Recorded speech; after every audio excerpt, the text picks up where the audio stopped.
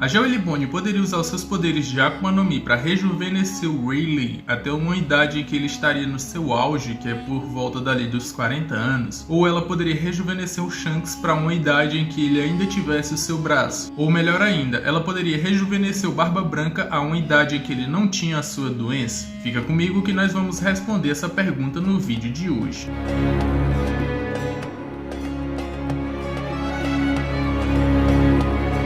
Fala galera, meu nome é Lucas e eu sou o apresentador desse maravilhoso canal de One Piece. As redes sociais do canal estão aqui embaixo na descrição para quem quiser seguir lá e acompanhar os bastidores aqui do canal. No vídeo de hoje eu vou responder algumas perguntas que vocês mandaram no post lá na comunidade do canal. E esse post já tem mais de um mês que ele foi postado lá.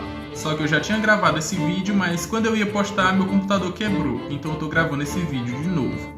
E lá na comunidade já tem um novo post, mas só que eu acho que ele já tem uma semana. Você vai lá na comunidade, dá uma subida que você vai encontrar o post e aí você pode deixar sua pergunta. Mas antes do vídeo começar, já vai deixando aquele likezão para dar aquela fortalecida e se não for inscrito, se inscreva para receber todos os novos vídeos aqui do canal. Agora, sem mais enrolação, bora pro vídeo. NerdXP perguntou: se o Basil Hawkins fizer um boneco de um usuário de Logia ou do Marco Fênix, ele ficará imortal qualquer golpe que não tenha Haki? E se ele fizer um boneco do Kaido, o mesmo Kaido seria resistente aos ataques feitos pelos outros ou a resistência dele seria inútil? Para responder essa pergunta, a gente tem que ver um pouco da essência do poder do Basil Hawkins, que é fazer bonecos de outras pessoas e colocar dentro de si. Quando ele leva um ataque, o ataque é direcionado para os bonecos. Só que um ponto importante nisso é que os bonecos não levam as características do usuário. Ou seja, se o usuário tem um poder de Akuma no Mi, o boneco não vai ter as características da Akuma no Mi do cara que foi feito como base para ele. O que significa que, quando o Basil Hawkins levar um ataque de outra pessoa, e por exemplo, o boneco que ele fez foi do Ace, ou então do Sabo, o ataque vai acertar o boneco e vai acertar o Sabo, só que vai passar por ele se não tiver Haki. Só que o boneco, assim como qualquer outro, vai sair do corpo do Basil Hawkins. E se ele fizesse um boneco do Kaido, seria a mesma coisa, o boneco não pegaria as características do próprio Kaido. Quando ele fosse atacado, o boneco iria se cortar ou então se partir e iria sair do corpo do Basil Hawkins. Mas em compensação, o Kaido, por ter aquela resistência absurda, ele não sentiria absolutamente nada. Wagner Padilha perguntou: se um humano ou qualquer outra raça comer uma Akuma no Mi do tipo Paramécia ou Logia e depois se tornar um ciborgue conseguindo fazer com que seus aprimoramentos cibernéticos comam uma Akuma no Mi do tipo Zoan, ele conseguiria usar dois poderes? Eu acredito que dependa do tipo de Akuma no Mi que essa pessoa comer, porque se ela comer uma Logia, ela pode cortar o braço dela, mas ela pode refazer o braço.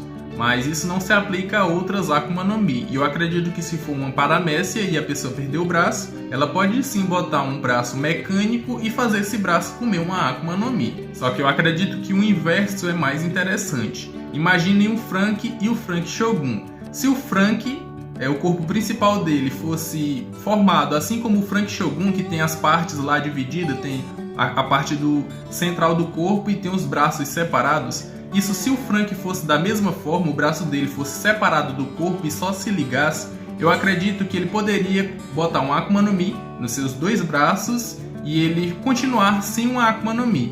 Assim ele poderia nadar e ainda teria um poder de Akuma no Mi.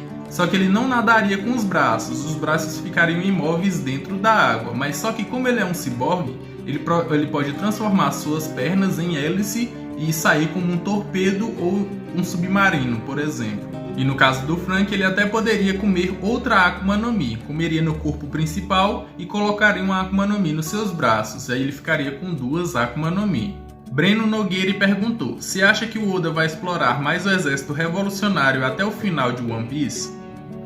Bom, eu acredito que sim, e ele vai explorar lá pro final da obra. E eu acredito que depois que o Luffy encontrar o One Piece e descobrir toda a história por trás, toda a história que é escondida pelo governo mundial. Aí vai ter aquela guerra final que vai juntar os piratas aliados do Luffy, juntamente com os Mugiwaras, o exército revolucionário e os marinheiros, digamos que do bem, que não seguem inteiramente as ordens do governo mundial. Mas eu acredito que isso vai ser lá pro finalzinho mesmo, lá depois que o Luffy descobrir toda a história por trás do mundo. William Gustavo perguntou: os atos do filme Stampede são canônicos? Se sim, ele acontece em que parte da linha temporal de One Piece? Quando ele pergunta se os atos de Stampede são canônicos ou não, ele quer saber onde é que essa história se passa ali, onde é que ela se encaixa dentro da história atual que a gente acompanha no mangá. E a resposta é que ela não se encaixa, porque o filme em si não é canônico. São elementos do filme que são canônicos, como por exemplo o Bullet. O Bullet é um personagem que existe na história real. E o Eternal Pose para Laugh Tale também é um elemento real da história real. Só que só são elementos do filme que fazem parte da história real. Mas o filme em si não faz parte da história principal. William Gustavo de novo.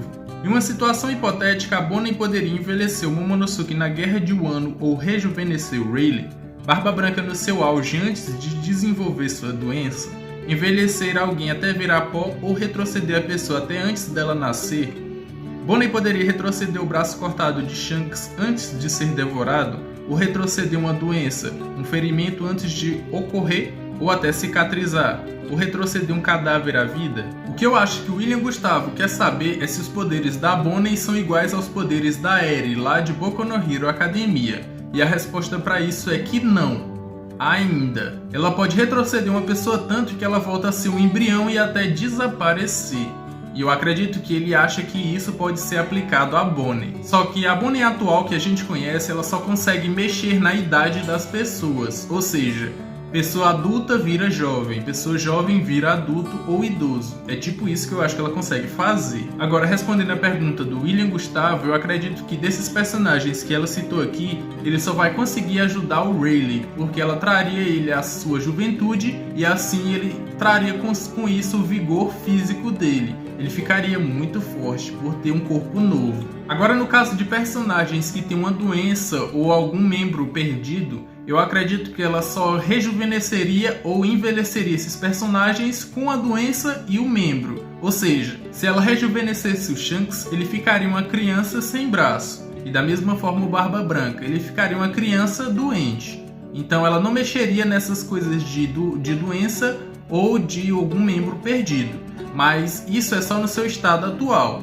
A gente pode pensar que o despertar dela possa sim fazer isso e o poder dela fique parecido com o poder da Eri de Boku no Hero Academia, e regredir as coisas para o seu estado anterior. Partindo desse pressuposto que a Bonnie, o despertar dela seja esse, aí sim ela poderia ajudar o Shanks e ajudar o Barba Branca, retrocedendo eles a um ponto em que eles têm o braço, em que o Shanks tem o braço e o Barba Branca não tem sua doença. Guto perguntou, se para chegar a Laftel precisa cruzar toda a Grand Line, não era só começar pelo lado oposto da Grande Montanha Vermelha? Bom, eu acho que você está se referindo a duas coisas diferentes. Tanto Laftel quanto a última ilha da Grand Line. Elas não são a mesma coisa. Para chegar em Laftel você precisa dos 4 Road Poneglyph. E isso não significa que Laftel está no final da Grand Line. Ou seja, ela pode estar em qualquer lugar. E só os 4 Road Poneglyph vão dizer onde é que ela está. Agora, se tratando da última ilha da Grand Line, que é a Roadstar, você poderia sim ir pelo lado oposto, só que você teria um grande problema, e o nome dele é Calm Belt. Você não teria como atravessar ele sem ter um dos navios da marinha, que é revestido com Kairoseki e consegue atravessar ele à vontade. Então, na hora que você avançasse ali ou entrasse, você seria destruído pelos monstros marinhos que estão ali. E sem contar que dentro daquela área não tem vento para você velejar. Então você ficaria preso e morreria destruído pelos monstros marinhos. Então o mais seguro mesmo é fazer o caminho que todo mundo faz. Ninguém pode burlar essa lei. Tem que começar pela Reverse Montanha e entrar pelo começo da Grand Line. Então espero que tenha ficado claro, são duas coisas diferentes. A Roadstar é a última ilha da Grand Line, e para chegar nela você tem que passar por toda a Grand Line, por todas as ilhas da Grand Line. Agora, para chegar a Laftel você precisa dos 4 Road Poneglyph, e só eles vão indicar a posição dessa ilha. A gente não sabe se ela está exatamente dentro da Grand Line. William Gustavo perguntou de novo, por que o Crocodile não faz uma mão de areia? O Aokiji fez uma perna de gelo. A questão do Crocodile é o seguinte, eu acho que são duas coisas. A primeira é que existe uma teoria de que na verdade ele era mulher antes de se tornar homem pelas mãos do Ivankov. E possa ser que quando ele era mulher pirata, ele não era levado a sério, os piratas não levavam ele a sério. E depois que ele se transformou em homem e perdeu a mão, ele colocou a garra para parecer um piratão mais foda, mais para botar medo mesmo. E a segunda coisa é que aquela garra é muito útil, tanto para alcar um personagem, como ele fez com o Luffy, quase matou ele. Se você não assistiu o vídeo, vai estar aparecendo no card aqui em cima. E aquela garra dele por debaixo do metal tem veneno, e ele pode usar isso como um artifício a mais para derrotar seus inimigos. Eu acho que é por esses dois motivos. Uma mão, simplesmente uma mão, não ajudaria ele em muita coisa. Bom galera, esse foi o vídeo, espero que tenham gostado. Se sim, já me recompensa aí com um like. E se não for inscrito, se inscreva para receber todos os novos vídeos aqui do canal. Eu tô deixando aí na tela final 2 vídeos para vocês assistirem e maratonarem. Eu me despeço por aqui, um abraço e valeu!